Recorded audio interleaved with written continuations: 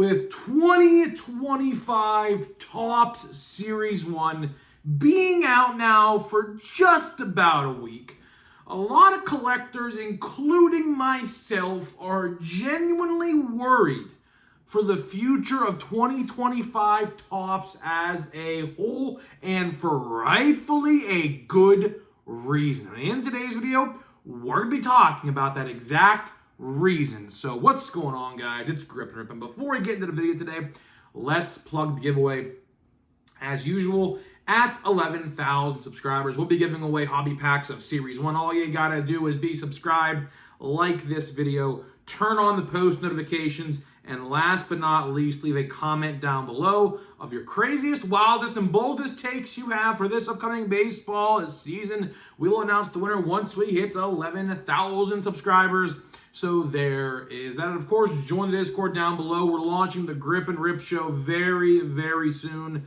My objective today is to work on a lot of that stuff for the channel. So we're going to be getting that sorted out this week, and hopefully maybe next week is our first live stream. But I need to get to 50 subs, so subscribe so I can get to 50 subs, and I can stream, because I can't stream until I have 50 subs. I guess that's a rule they have. So either way, let's get into it. So of course, tomorrow I have a big announcement, a huge announcement tomorrow. You guys see that new logo? Well, guess what? Point to my shirt. Guess what's coming out tomorrow? And guess what? There is a very special promotion with that brand new shirt you guys might want to take part of. You guys might want to take part of. So stay tuned for that. I will announce that all tomorrow. So let's get into it, man. Let's get into it. Series 1. The controversial Series 1, I might add. Series 1, at least in my opinion, is honestly just subpar. It is really just middle of the road, subpar, not great, but also not terrible. Odds, of course, could be way better. That is pretty much a given at this point. You know, the design is a 6 at best. I would say the base card design is a 6. You know, looking at this design, I have a card I'll just pick one off the top of this stack right here. You know, looking at the design, it's so hard to see the Nationals on the side. And for some of these, for like the gray foil, the last name is just so hard to read because they used black ink. Now, I'll tell you one thing. If they would have used red ink or white ink like this for all the cards, it would be fine. It would have been perfectly fine. I don't really know who greenlit that decision either, if I'm going to be quite honest with you. But we're not here to talk about that today. What we're here to talk about is something I am truly nervous about when it comes to the rest of 2025 Topps and beyond. Because, let's be honest, a lot of the changes they made to Series 1 are not really that fan-friendly. Of course, the black border parallels, thankfully they listened about. Thankfully, they're back in Series 2. And thankfully, all the Series 1 players are going to be in Series 2 with the black border parallel out of 76 or 77. So at least they listened to that. There's a ton of other things they could listen to, and hopefully, if our voices are heard loud and clear, which they clearly are being heard, we can get some other things changed. Starting off with number 1. There's going to be a long list of things in this video, so just bear with me. Number 1, and honestly, one of my biggest concerns and complaints, and I know you guys share this with me, stars of MLB need to go. Of course, I didn't even know this until the other day, by the way, but do you guys know, and there's an eyelash stuck in my eye, so bear with me here. Do you guys know they got rid of the Chrome stars of MLB? Yes, that you heard me correctly. I didn't even know that until someone pointed it out to me. They got rid of the Chrome stars of MLB. Quite frankly, the most desired ones they got rid of. But regardless, stars of MLB need to go. They absolutely need to go. I don't care if they get rid of them in Series 2. I don't care if they get rid of them in Update. I don't care if they get rid of them next Series 1 a year from now. They have to go. The fact that you get 4 a hanger box, 8 a blaster, 16 a mega box, 2 a fat pack is utterly insane. Because here's the thing. The checklist is so small. It's like 20 players. If you open $100 of hanger boxes, you're going to get duplicates, triples, quadruples of some players very, very quickly. As a matter of fact, I think I've already completed the entire checklist, and I've only opened about, give or take, $60 or $70-ish of retail so far, with a ton left to go. I have like 18 hanger boxes and at least 40 packs of these mega boxes. So we are going to get more, and I have some Fanatics blasters on the way, which, by the way, if you want to get them, link down below. Of course, I get some commission for that, so that'd be really kind of you to do that. But of course, you know, I don't know. I don't really know what they like with this. I said this in another video. They need to bring back highlight cards. They absolutely need to bring back highlight cards. Of course, for example, 2 electric players from 2024. Paul Skeens, Elly De La Cruz. Target, Walmart. Put highlight cards, because you could literally make one, or probably multiple, for every Skeens start they had. So there's at least, I would say, 50 key moments you could choose from last year. And Elly, I mean, Elly has way more. Make Skeens Walmart exclusive, make Elly Target exclusive, and then make the chance for parallels. How hard is it? Then, if you want to put stars of MLB in a product, put it in the fat packs. Put them in the fat packs. Lower the print run. And guys, if you want to know, I didn't talk about this before, but do you guys know the print run of each star of MLB? What if I told you? Seriously, what if I told you? Almost 900,000, I believe it's 890,000 per star of MLB, which is utterly insane. That is just 300,000 less than a base card of Series 1. Yes, I kid you not. That is how many stars of MLB there are of each player. Utterly insane. But regardless, I don't want to carry on too much because this will be a 40-minute video. But the next thing I want to talk about is truly the main focal point of this video. And that is taking away parallels. Because as you guys know, and Topps has hurt us, of course, with the black parallels, but Mother's and Father's Day are gone. The retail blue speckle and purple speckle out of $9.99 and $7.99 are also gone, right? And they really didn't put anything in their place to replace them with. And of course, they also reduced numbering of parallels. They are using now the chrome numbering. Of course, there was a difference for a little while. Base, like paper-based product numbering and chrome numbering were different. Now they're completely shifting over to the chrome numbering. And with that being said, it also reduces parallel counts. Like, for example, you know, a red last year, I believe, was what, out of 199? I believe. I could be completely off on that. Or an orange was out of 299 or something like that. Now out of 25.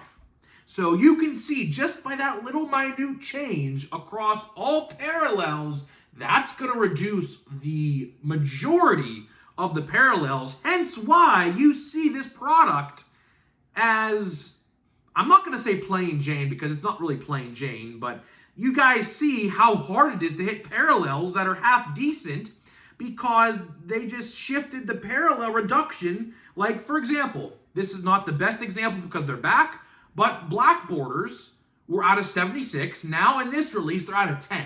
So that's one example, but that's not the best because obviously they're back now, so not the best. But regardless, you guys understand where I'm coming from here. But let's focus on the future because we have a ton of different releases coming out this year. The next release, from what I can tell, is seemingly Big League. That comes out, I believe, the 25th of March. Don't quote me on that, but I'm pretty sure because that's what my guy told me. He told me that High Number and Big League are potentially coming out the same day next month. Of course, 2024 High Number, that is. So I'm not really too sure what to expect with that. But Big League is not really the, I guess, hardcore collector sort of thing. It's more for the kids, honestly. And if any of you are wondering, because I know I'm going to get a question, no, I did not get an influencer card. Of course, the hobby influencer short print checklist of like, what, 4 or 5 people. No, they did not hit me up to get a card. So unfortunately, I did not get a card in 2025 Big League. Maybe 2026, but honestly, I don't really expect it at this point. Obviously, I've talked too much shit on Topps over the last 4 years of me doing this, and a lot would have to happen for me to get an influencer card, but honestly, it's okay. They're so short printed anyways. They're only like 2,000 of each, and, you know, they really don't, like, make that many of them, so, like, it would just be weird. I don't know. It's not really, like, that all big of a deal, but let's look at Chrome, because I know a lot of you guys are going to be wondering this, and I was thinking about this today when I was sitting there playing Call of Duty a little bit, but what if they take parallels out of Chrome, right? For example, as you guys know, I talked about this yesterday, the 1990 base foil boards are no longer in this product. It's only parallels and parallels only. And that is something that was honestly not really expected. I mean, a lot of people, myself, honestly, I feel like I got ripped off. I honestly feel like I got ripped off of $120 from Topps on these boxes. But regardless, how about if we go the route, how about if the Ray Waves are gone? For example, of course, mega boxes of Chrome, which will come out in later July or early August, of course, have those Ray Wave parallels. What if this year they make the Ray Wave parallels only numbered, no base? How about if they do that? That is something very similar to these. They can do with that, and they can take away parallels. I was told personally, by the way, and there was someone actually who commented this as well, so that's why I'm going to talk about this for a second.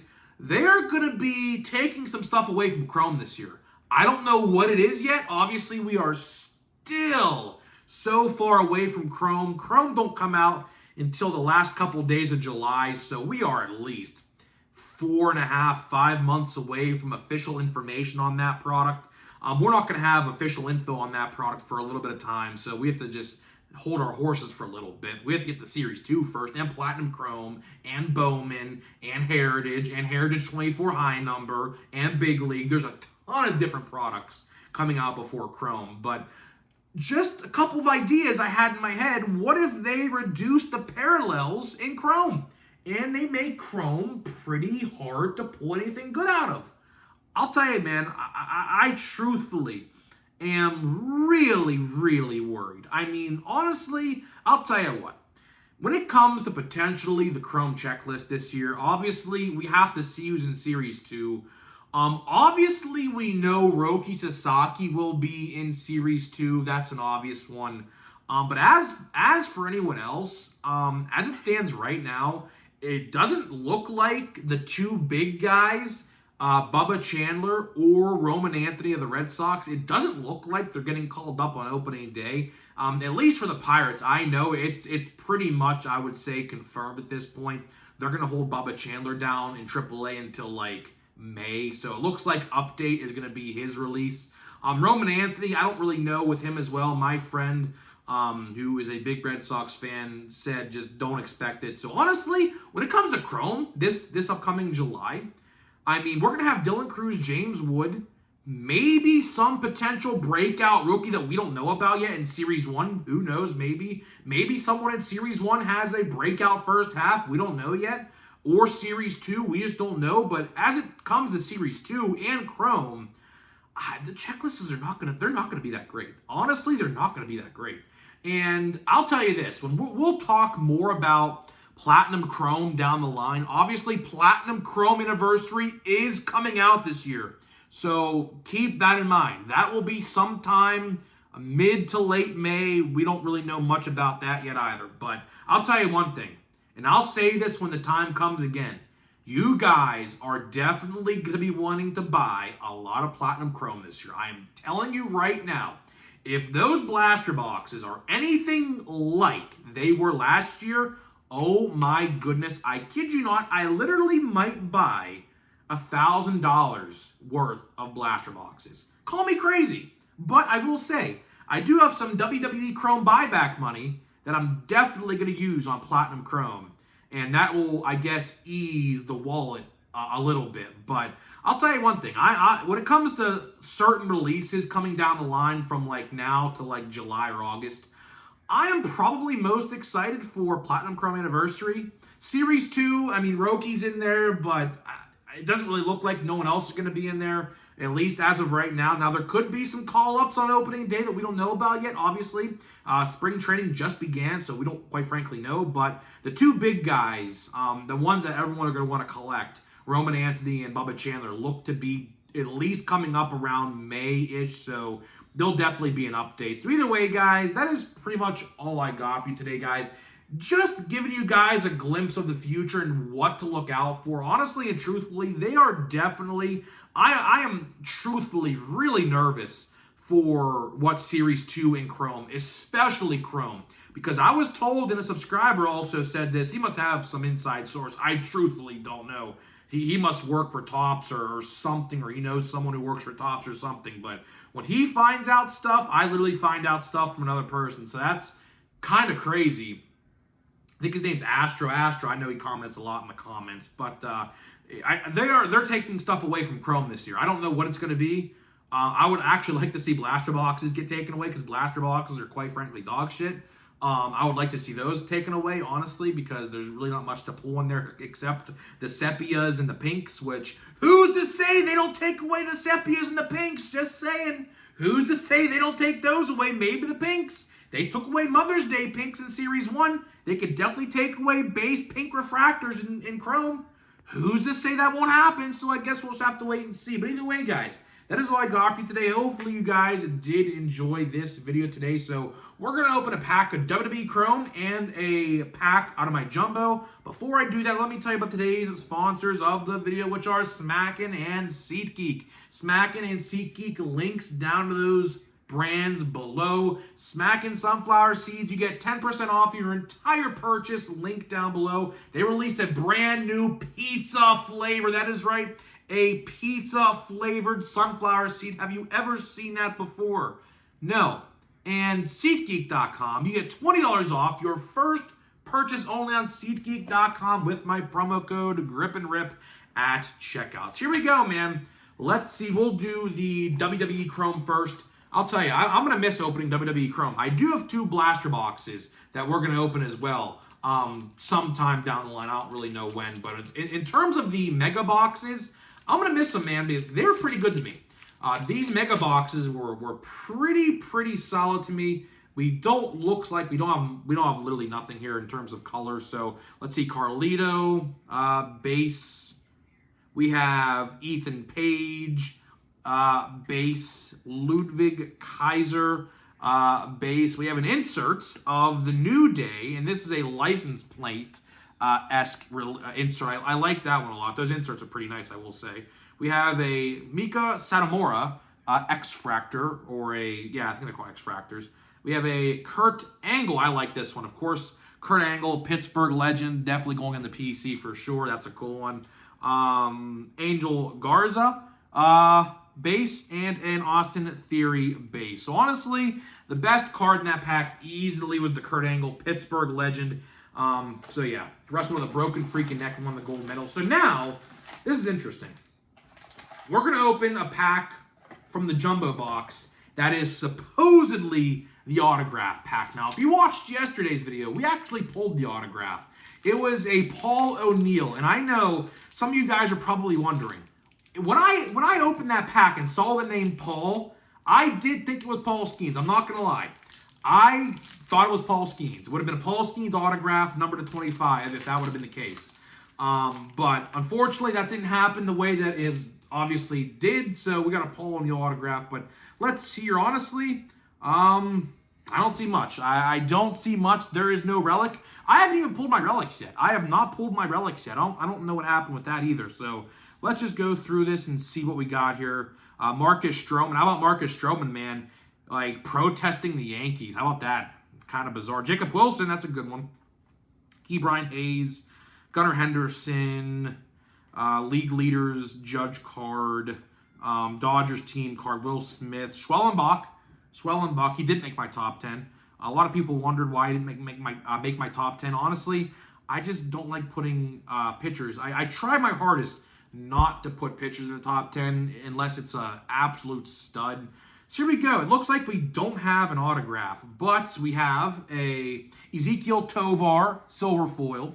I like this one. I like this one a lot. We have I like this pack a lot. We have a Roberto Clemente and 90 insert, definitely going to the PC. And we got a Paul Skeens Cactus League or Grapefruit League, my fault, insert.